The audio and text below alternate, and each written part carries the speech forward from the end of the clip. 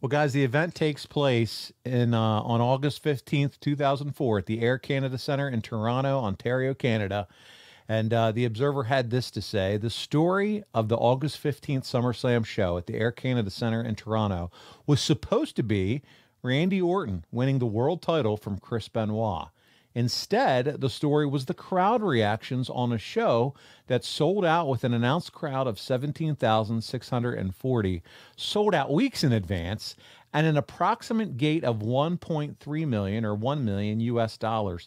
WWE hasn't had a crowd like that for a show since WrestleMania. But when it was over, it seemed like the company didn't want the crowd it got. So what say you when a crowd acts like this, Kurt? Do you guys just adjust in the ring? Is there conversation ahead of time, or is it something you just there's nothing you can do? Yeah, you just They were go hostile. with it. They took over the show. They didn't want to listen to anything or anybody. They just wanted to do their thing. And it was actually, I'm surprised because Canada, they usually are pretty cool. They're great fans. But this was a really hostile crowd that just didn't want to listen. They just wanted to do whatever they wanted to do. They were out of control. Let's and Meltzer digs into this a little bit more, but before we get there, I want your thoughts on your buddy Randy Orton being anointed at this very young age as the world champion. What was he, 21? Yeah, I'd have to look, but this is 04. Yeah, he was so talented from the beginning.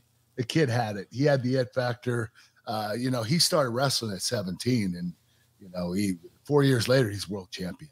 And you know what? He deserved it. I think he's the youngest champion in history. Yeah. He's older than 21 here because I know he's in his early to mid 40s right now. Early 40s, yeah. Yeah. So, but listen, what's your relationship with Randy at this point? Because he's on Raw and you're on SmackDown. Are you guys already pretty chummy? Yeah, we were hanging out. We were traveling together when Randy started.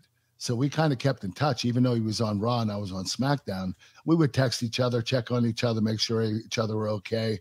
Randy's always been a good friend of mine. He's still my friend to this day.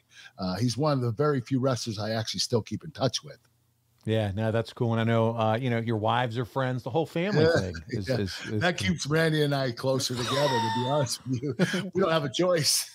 When's the last time have you hung out together? When's the last time you all were together? God, we went to dinner 2 years ago. We went to, I believe we went to St. Louis, I believe. And we ended up eating dinner at the steakhouse. We had a lot of fun. Nice. It was really cool to see Randy and Kim, and my wife and I were there, and it was just the four of us. It was fun. So 2 years ago, sounds like you guys are due to hang out again at some point. We are definitely due. Actually, Kim's begged Giovanni to come out there numerous times. So eventually we're going to go. Well, with your schedule as crazy and chaotic as it is, I mean, I understand why it's sometimes hard to figure out dates. It is hard. And Randy's been out with injury, and even though he has time off right now, he's training his butt off, and he's still rehabbing and everything like that. I'm sure.